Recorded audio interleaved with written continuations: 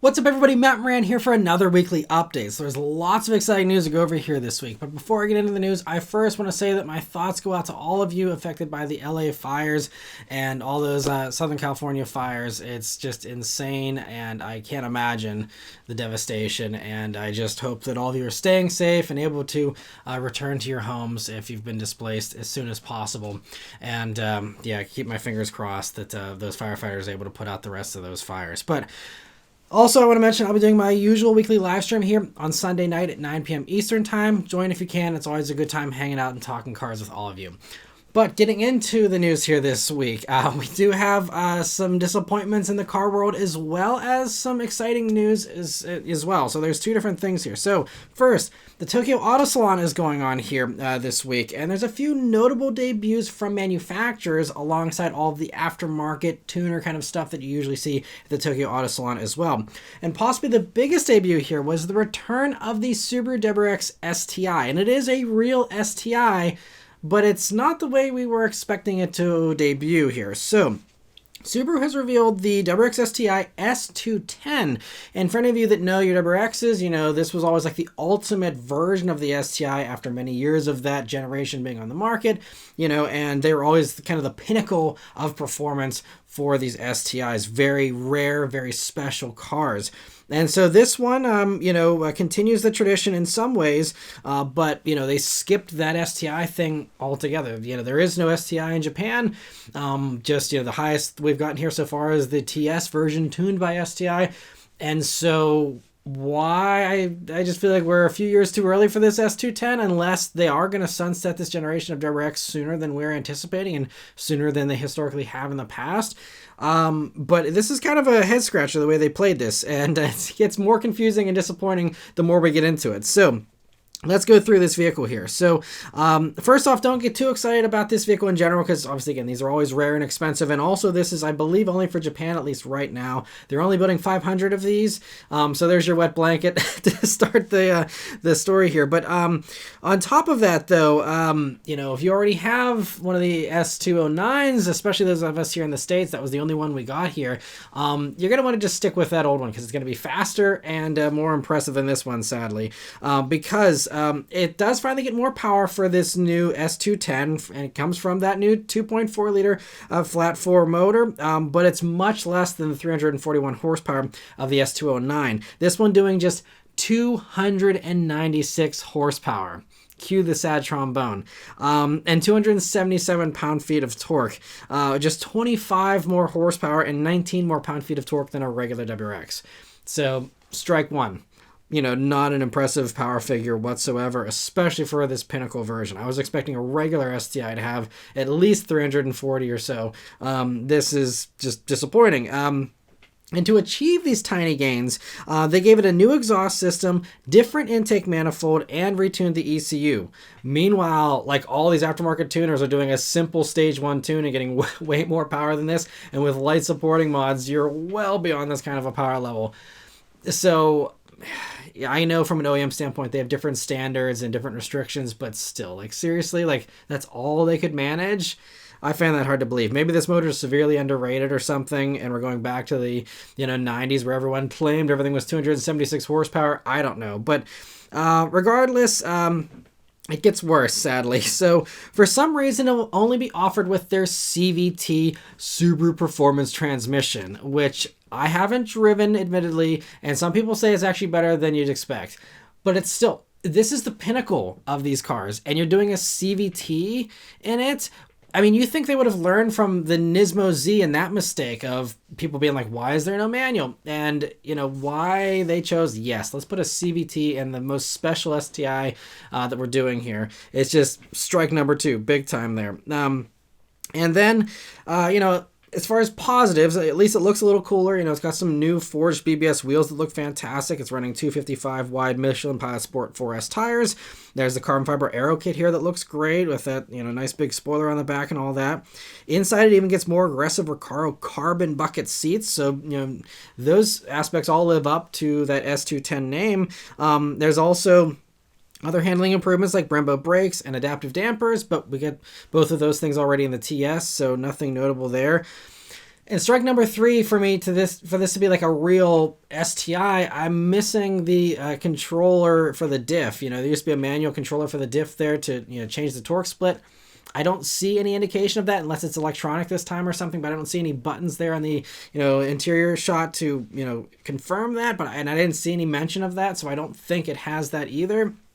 And but they did at least add a cooler for the CVT, so hopefully it'll stand up to some kind of track abuse. But man, what a disappointment. Like, we were waiting all these years for the STI. I mean, admittedly, we didn't think it was ever going to come anyway. Last we heard from Subaru, they said an electric STI could potentially be a thing in like 2028 or something. So this is kind of a surprise out of nowhere, a bonus, if you will. But, it's very underwhelming. And I say this so many times with Subarus. I don't know what they were thinking, and I would love to figure out why they thought this was a good way to go. Why they thought 296 horsepower was enough. Why they thought a CVT was a good choice. These aren't hard decisions. These aren't like challenging things to figure out. Stick to what people know and love and do what you know how to do. Make, manual transmission, STIs that have a good amount of power, and they understand what everyone else has out there. They've read the spec sheets. They know what's going on in the car world. And then you choose to do less power than a GR Corolla, less power than Civic Type R, less power than everything that's sporty in this segment. Yeah, I don't know. They can keep this one, in my opinion. I mean, especially considering it'll probably be $70,000 if it does come here, based on how expensive S209s were pre-inflation. But that one is a hard pass for me. And man, I don't know what's going on at Subaru, but I hope that someone makes some better decisions in the future. Moving on here. Mazda has also revealed a hardcore version of the MX-5 Miata at the 2025 Tokyo Auto Salon here, and it actually is going into production as well. So it's called the Mazda Spirit Racing Roadster 12R, and as the name suggests, it takes the soft-top version here and adds more performance in all the ways. So first, the Skyactiv G engine gets an extra 16 horsepower. Not a lot, but for a little Miata, that takes it from 181 horsepower to 197. And honestly, I thought these things were a blast even with just 181 horsepower and didn't really need much more in my opinion. So this is just, gravy on top. And so that comes thanks to a new intake, exhaust, cylinder heads, pistons, and camshafts. A lot of mods for 16 horsepower, but, the OEMs, they really got to make sure there's a very thick safety, layer there so that it's very conservative. But from there, they add adjustable Bilstein dampers, Brembo brakes, and forged Ray's TE37 wheels. There's also an aero kit that helps with handling, and the driver is also held in by sportier seats with 4-point racing harnesses. The interior components also get wrapped in Alcantara. Unfortunately, though, this is only for Japan, and at least it seems that way. And only 200 of these are going to be made.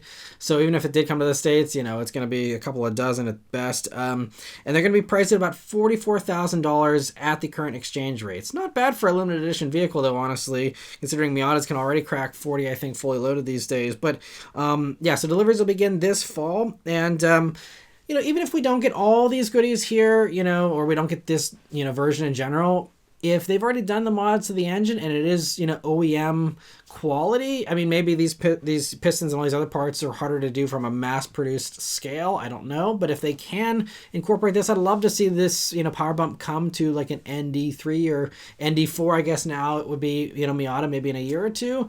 That could be nice to see. But again, I think the Miata is already plenty of fun as it is, but a really cool improvement there. Toyota at the 2025 Auto Salon here, Tokyo Auto Salon, revealed a cool mid-engine GR Yaris that seems more like a hint of a new MR2 than it does hint at any kind of GR Yaris thing. I don't think they're going to build a mid-engine GR Yaris for production or anything. I think this is just a test bed for this new engine. So there's instead of usually they have the 3-cylinder turbo G16E motor that you get in the GR Yaris and also the GR Corolla, of course. That's been thrown out, and now there's a new 2-liter 4-cylinder turbo motor called the G20E, and it is installed in that mid-engine position. There's no specs for this motor yet, since Toyota is saying it's currently an underdeveloped powertrain, but it's fairly certain that it'll do more than the 300 horsepower, I'm sure, than the current GR Corolla. So, I mean, we'll see how much higher they go. They could play it two different ways. They could, take the opportunity with the extra cylinder to really boost power like crazy, or if they want to have a less stressed GR motor, then they could, just maybe have a modest increase over the 300 horsepower of the regular three-cylinder and can, tune this one a little more conservatively.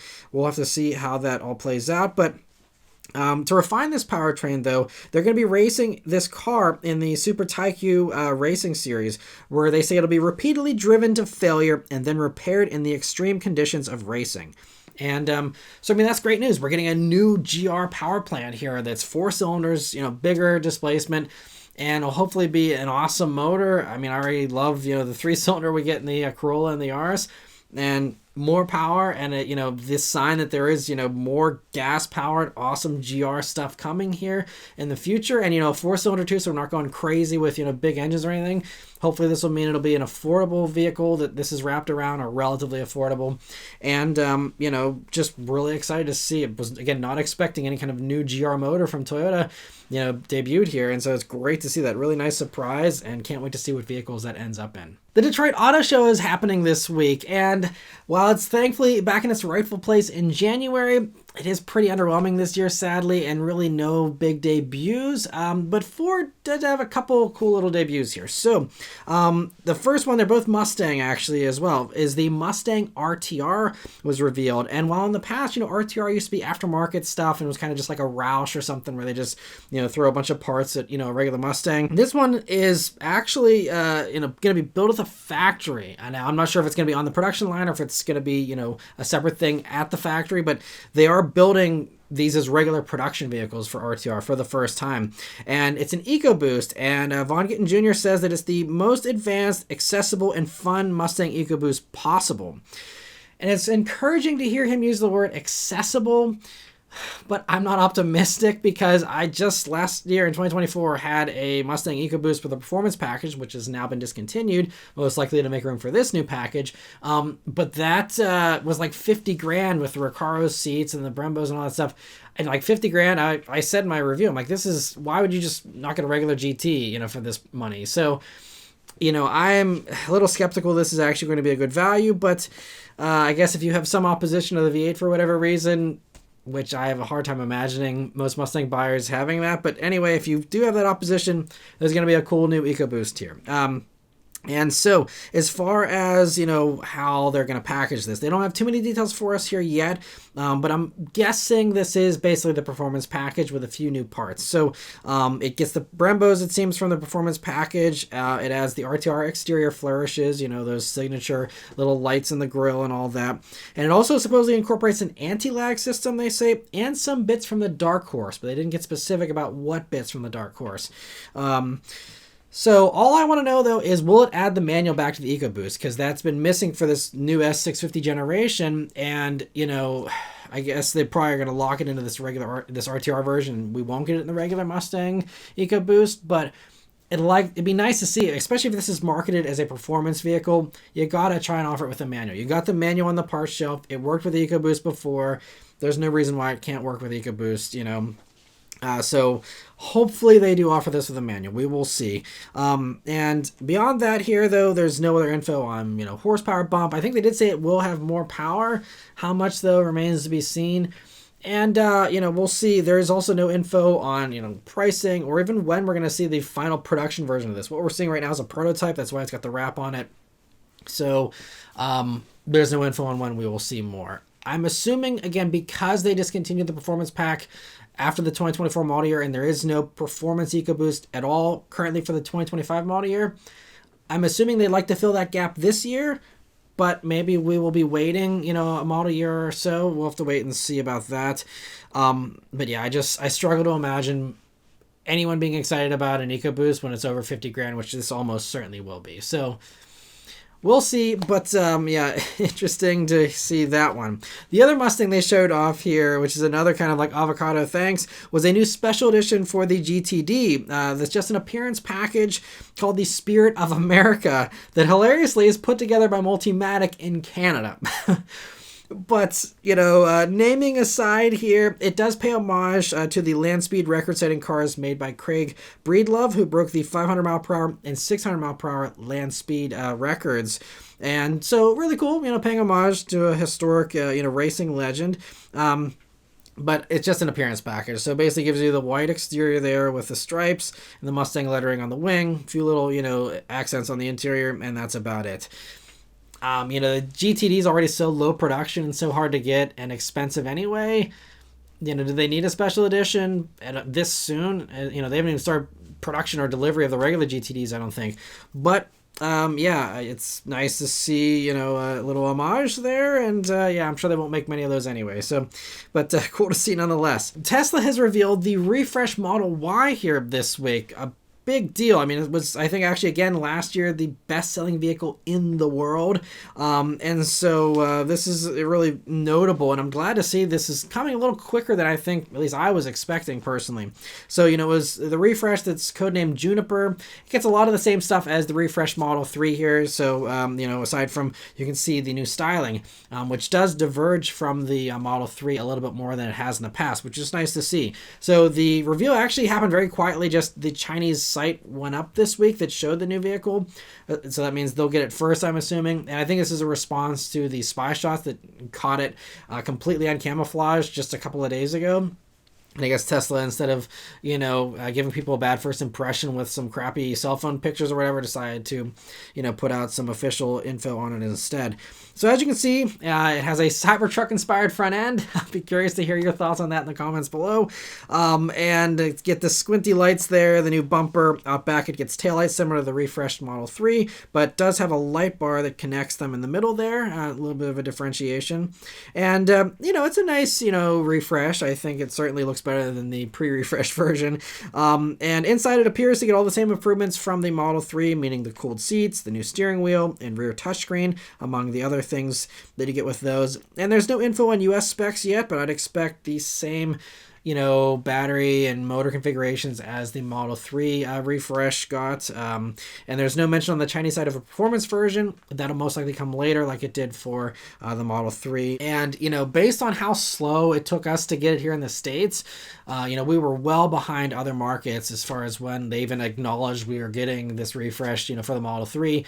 I'm guessing, you know, unless they change things this time around, but based on how they rolled out Model 3, I'm assuming we'll maybe see the refreshed Model Y start to show up here in the States towards the end of this year would be my guess. We'll have to wait and see. Again, no official info on that yet, but very interesting to see that. And after revealing a bunch of the variants of the refreshed 911 last year in 2024, Porsche this week has revealed the Carrera S to round out, you know, most of the core lineup here. And it follows the trend that was started by the Carrera last year of ditching the manual transmission in everything except the Carrera T and the GT3. So now Carrera S is also PDK only, which, again, you would think, so them seeing the excitement for the manual, why not offer the manual still? You know, again, they have it in the T, it works.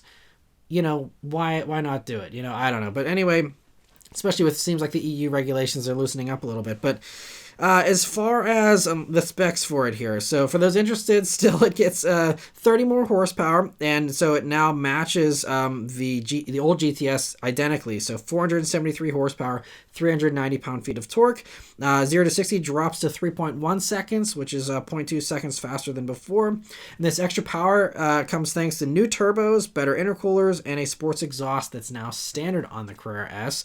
To stay well-rounded, it also gets the slightly larger brakes from the old GTS, and carbon ceramics are available as well if you'd like. They also retuned the dampers for better ride quality, but if you want something firmer, a sports suspension is available, as is rear wheel steering still. Inside, you get a bit more leather, they say, along with the other 992.2 improvements like the new infotainment and the gauge cluster going fully digital now. It starts at $148,395 for the coupe and $161,695 for the cabriolet, and it'll be arriving in the spring. And so the last 992.2 refreshes we're waiting on here are the 4S and the turbos, I believe. I think those are the only two left as far as, regular 911s here. I'm assuming we'll get the reveal of both of those later this year, but we'll have to see. So stay tuned for that. But interesting to see that switch, and gonna miss that manual. And the third big show for car companies this week was CES. So much stuff happening this week. And so at CES, Honda has revealed the Zero Series Saloon and Zero SUV here. And they showed off a more concept-y Zero Saloon just a few months ago that was very radical, and I was like, surely this is never going to make it to production. And then the one they showed this week, they say is 90% the production vehicle.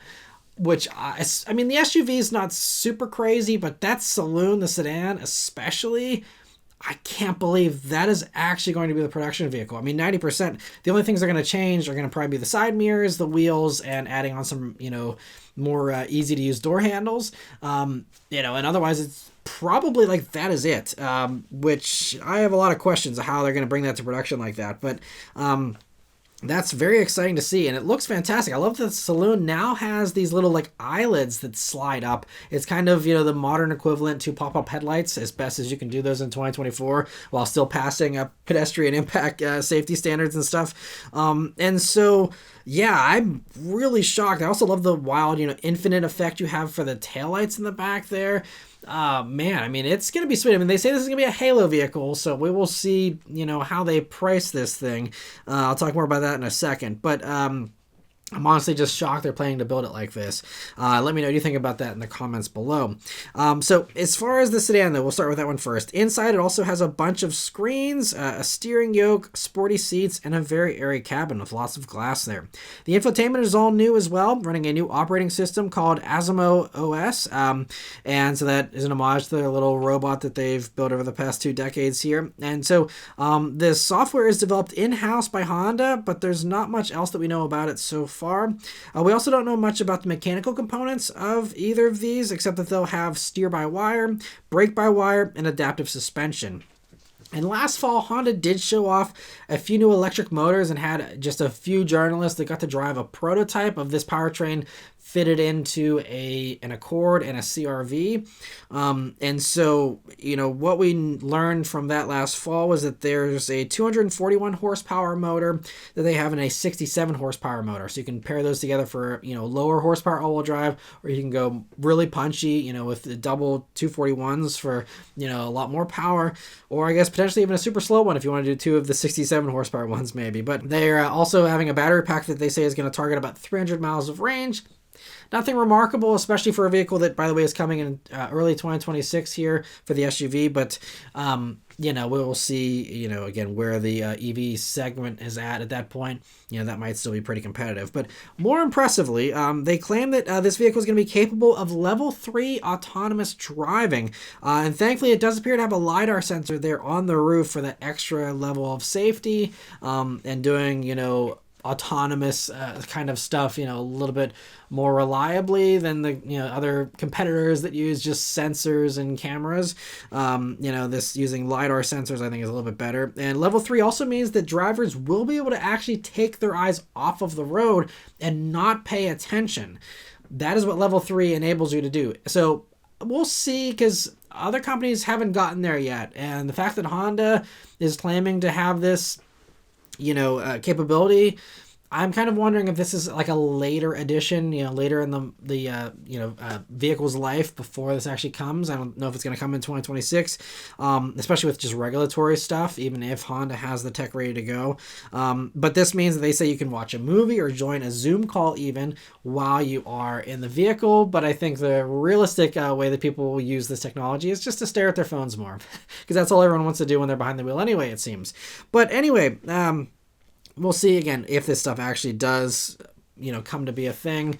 I am assuming it still will put responsibility on the driver, though. So it's going to be one of those things, use at your own risk, and if it screws up, it's on you. I'm guessing is how they're going to play the liability thing, but we'll see. But yeah, I mean, companies like Toyota, Ford, General Motors, all these massive companies haven't been able to crack this yet. Tesla hasn't been able to actually crack this yet as far as an eyes-off system either. So we'll be interesting to see who actually does this first. As far as that Saloon, there's no price for it yet, but it will begin production at the Ohio EV Hub in late 2026, they say, for that one. And then moving on to the SUV here, that looks to get most of the same stuff as far as the mechanical stuff goes. And on the inside, it looks mostly the same as well, other than, more ordinary seats and, of course, the more vertical cabin there. But this one also, I believe they're claiming is 90% production ready and will actually be the first one to arriving sometime in the first half of 2026. So, I mean, that one is certainly basically production ready because it is going to be rolling off the production line in roughly 12 months or so here. So coming pretty soon. And it's classified as a mid-sized SUV. So I'd expect it to cost around the same money as Prologue, maybe a little bit more, for a new generation, kind of vehicle. But, I would expect something around that price point, hopefully. If they go too expensive with these, then it's going to be really stepping on the toes of the Acuras and stuff. So I think they're kind of really boxed in as far as, how high these can go. The Saloon, maybe a little bit more so, but I think with the SUV here, they're really, hopefully not going to make the price crazy, but, we'll have to see. They also confirmed that these two vehicles will have NACS ports, and that Honda is also partnering with the Iona network that they formed with a few other car companies to add 30,000 more chargers in the US by 2030. And also, last little bit of tech here for these vehicles is that if the owner would like, Honda claims that when the car is at home charging, it can elect to charge only when charging costs are lowest or whenever charging can be done with only renewable energy from your provider. And they also say that if the house is properly equipped, it can even feed in electricity into the grid. If the vehicle has enough charge, it can feed into the grid during those peak demand periods, and you could actually make some money off of kind of flipping electricity with the vehicle being the holder for that, which is, I think, a really promising idea in the future, especially if we do have more demands on the grid and stuff. This could be, a really cool way to kind of monetize your own vehicle for you. Again, it requires a house that's wired up for that stuff, which isn't cheap, but a cool idea, and hopefully that does actually work out in the future. But I'm just hoping both these vehicles are priced really well, and I'm a little bit nervous about that for one big reason. And moving on to the next story, that is that Honda and Sony also showed off the Afeela again at CES. I don't know if you remember that. That was that Sony car that was a collaboration with Honda and Sony. It's been slowly progressing, and now they gave us some more details, including pricing. Buckle up. Unfortunately, it's not priced well. So it's officially called the Afeela 1, and it will be starting to arrive to customers in the middle of 2026. So again, not too far off here. And those customers must be few and far between, though, because this thing will start at $89,900 for the base Origin trim. That one won't even be coming until 2027. The higher signature trim will come first, starting at $102,900. $103,000 for that. And on top of that, they even say that things like driver assistance tech and the voice assistant will also be subscriptions that will cost extra after the first 3 years. So they're nailing you on price, and then they're going to nickel and dime you as far as subscription stuff for these high-end vehicles. And I know maybe some of the others do that or will do that as well, but it's a hard pill to swallow when we're coming from a Honda here, even if it is a cool Sony collaboration. And so they also said the driver assistance tech will only be level 2+, meaning that Honda 0 Series Saloon we just saw, that's going to be level 3. So that's going to, right out of the box, also late 2026 here, same time frame, have better driver assistance tech, probably at a lower price tag. I sure hope it's at a lower price tag. So how does this make sense? Make it make sense, please, Honda, because this makes no sense to me. And also, to make it even worse, you can also get the Afeela 1 only in gray, white, or black. And it also seems to be pretty unremarkable from a power standpoint as well, using 2 of those 241 horsepower electric Honda motors I just mentioned, and a 91 kilowatt hour battery for about 300 miles of range. There's no world where anyone's going to want to go for this. Like, nobody. $100,000 gets you some really impressive cars. I mean, look like a Lucid Air. You can get one of those comfortably under $100,000. Way more range. and, more prestige, a bigger vehicle. This thing also looks smaller than the Zero Series or the Zero Saloon. So I just, nothing about this makes any sense at all. Like, none of it.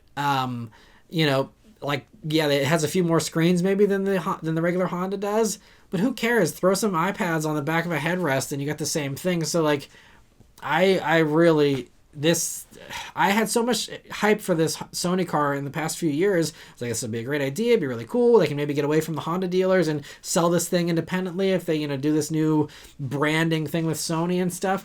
But then, I thought this would be a 50 grand car. Now it's double that. I think this is going to be one of the biggest failures of 2026 from a sales standpoint. I mean, I wish them all the best. I hope maybe they reconsider the pricing here. I don't know why it's so much more expensive, but I can't see a world where this is going to make any kind of sense to anybody. So, but yeah, there you go. Let me know your thoughts on that one in the comments below as well. Thankfully, at CES this week, Honda did provide a little more clarity as far as why they're doing this merger with Nissan, potentially. Still has not been approved by regulators and everything, so still not a done deal, but if this merger does happen, now we have a little more info as to what Honda is thinking they'll be getting out of this deal. And that's because at CES, Honda's Director and Executive Vice President and Representative Executive Officer, who comes up with these names and titles? Anyway, that guy opened up a bit more about some of the things that Honda is thinking will be beneficial to them if this merger does go through. So he said, "We are still discussing with Nissan how we will proceed. In the short term, especially in the US market, Nissan has large class vehicles that we don't have. So if maybe we can exchange some of these vehicles, that would also be a benefit for us in the short term. Maybe in the future we can co-develop these vehicles, but in the short term, if we need, we can get some of these Nissan vehicles for Honda as well." So this is what myself and many others speculated, in the past few weeks here, was that, just basically filling the gaps in the Honda lineup with things that Nissan has that Honda does not currently. And, vice versa, potentially. Like Nissan could get a minivan from Honda with the Odyssey, but really it seems like Honda's prize is those large vehicles. So we're talking most likely primarily Armada and especially Infiniti QX80 and, having some higher profit vehicles, because those giant vehicles are massively profitable. And so, if Honda can do some giant SUV to sit above the Pilot, and especially for Acura, if they can have something sitting above MDX, that's again some $100,000 thing like the QX80, I mean, that is, a money printer, I'm sure, especially if, again, development costs are already done by Nissan. And you got that built in right there. You rebadge it. And I'm going to call the name now. I'm betting on Acura GDX. I think GDX, fits with their naming strategy, but the G, is aggressive and, burly for what will be a giant SUV if the QX80 is anything to go off of. So we'll see, again, if all that happens. But also, even though Honda just developed their new Asimo software that I just discussed, it sounds like software sharing could be one of the perks as well.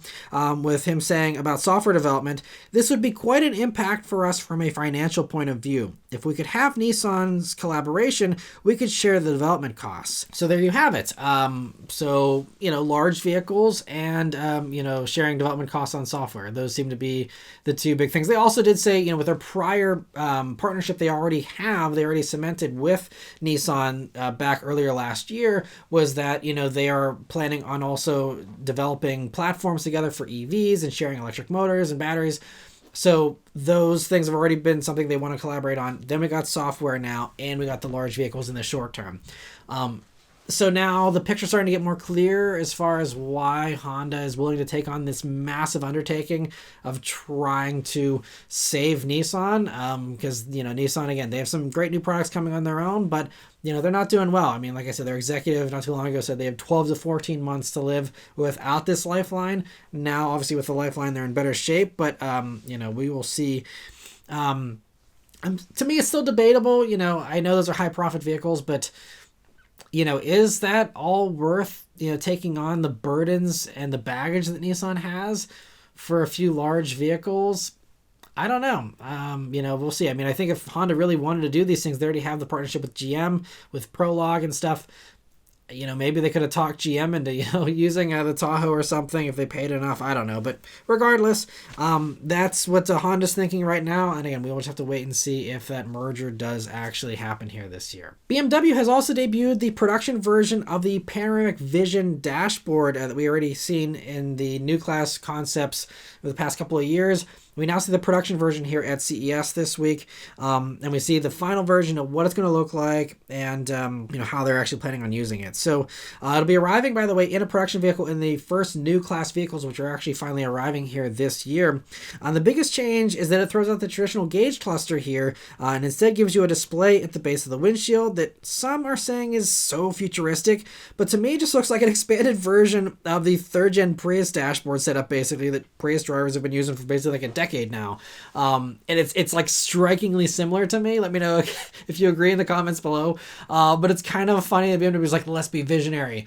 Okay, let's just take like a 2017 Prius and do that. It's like, okay, obviously this is a little bit better. I'm not trying to throw a bunch of shade here, but it just really seems similar to that idea in my opinion.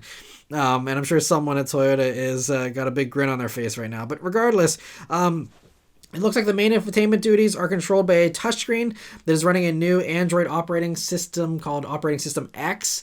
And that odd-looking steering wheel you see there also has a little bit of what BMW calls shy tech, with buttons that only illuminate when they're relevant, which sounds very confusing because you have no muscle memory as far as like, okay, where was that button again? It disappeared. Great. But sadly, they are all capacitive touch buttons as well. And this is, another confusing thing for me. We saw a bunch of pushback with Volkswagen. They tried the capacitive touch steering wheel. People didn't like it, and now they're adding back in individual physical buttons again on steering wheels. It seems like a lot of companies are figuring out we need to add buttons back. And why now BMW is saying, yeah, let's go the wrong direction and keep doing this capacitive touch thing for the sake of futurism or this shy tech or whatever. I don't know. It seems like maybe a misstep, but we will see what happens and how it goes for BMW and their buyers. But I'm also conflicted about this interior design. Part of me appreciates the simplicity of it, but part of me is also kind of underwhelmed. The screen is, nothing crazy. And I mean, I'm not saying we need to have walls of screens and everything, but with, the screen overload we have currently, I guess this is a nice change of direction with BMW being a little more simple. But again, from a buyer standpoint, whenever people are offered walls of screens, and I'm thinking some people at least appreciate those walls of screens, you hop into this new BMW this year, and you just see a little bar at the base of the windshield and a pretty ordinary, looks like a 14-inch screen or something there. Is that going to be enough for people? We'll have to wait and see. Maybe it will be. I've always thought the BMW designs for a lot of these new things were hideous, and sales have proven that people don't mind. So I might be completely wrong here. Now let me know your thoughts on that new Panoramic Vision display in the comments below there. In other BMW news here, BMW blog has some bad news if you're a fan of gas-powered M4s. So while BMW has promised that the new M3 will come as electric and gas-powered versions still for this next generation, that's safe, that has been confirmed. This report, if it is true from BMW blog, suggests the M4 won't do the same, with BMW blog's unnamed sources claiming it'll be on the new class platform and will share hardware with the electric M3, but for some reason won't get the gas version like the M3 will get. I'm not sure if that's just because they say they're going to be doing some new styling with the M4. Maybe that styling just doesn't allow for, any kind of gas powertrain. Maybe they're doing some kind of super extreme wedge in the front or something. I don't know. Yeah, so again, it's just a report, not confirmed yet. But, if you are enjoying gas-powered M4s, might not be a bad idea to pick one up if it's truly on its way out here in the future. But anyway, very interesting to hear that. Ram has fully revealed the 2025 heavy-duty trucks here this week for Ram. And so back in September, they showed us the exterior changes, but now we get all the details, including powertrains and pricing. So, unlike the 1500, the heavy-duty trucks still come standard with the 6.4-liter Hemi V8, but it does lose 5 horsepower compared to last year for some reason, now down to 405 horsepower, but torque is unchanged at 429 pound-feet. The 6.7-liter Cummins inline 6 turbo diesel is new, they say, with a new block, head, intake manifold, and turbo. The valves are larger, the pistons are stronger, and these changes allow it to run higher fuel pressure. Combined with the 8-speed automatic that they also say is new, it now uses an electronic column shifter as well, and it'll now tow up to 36,610 pounds with a 342 rear axle. Previously, you had to go to the 410 axle if you want to do that much towing, so that is a notable improvement. And that lower rear axle ratio means this Cummins can now cruise at lower RPMs and therefore provide better fuel economy, although we don't have those MPG numbers yet. All these changes add up to 430 horsepower and 1,075 pound-feet of torque, and improve the 0 to 60 time with that new axle from an 8-second 0 to 60 to now 6.9 seconds. That peak torque is also available in every gear now, meaning a 70% increase in torque delivery compared to the old 2500. Also, all Cummins motors get this output, so there's no more high and regular output versions anymore. Inside, it looks exactly the same as the 1500, which means a new 14.5-inch touchscreen is available. The 12-inch screen is standard and now has higher resolution, and there's also an optional 10.25-inch passenger display. Another bit of tech is that there's an onboard power inverter that can provide 2.4 kilowatts of power with two 110-volt plugs in the bed. They all now get adaptive cruise control and automatic emergency braking as standard, and the Bighorn and higher trims also get parking sensors, active lane management, and drowsy driver detection. And so 2500s start at $47,560, including destination, which is just $315 more than last year, which seems like a bargain considering all the extra stuff you're getting and the new look. And then the 3500s start at just $48,565, including destination.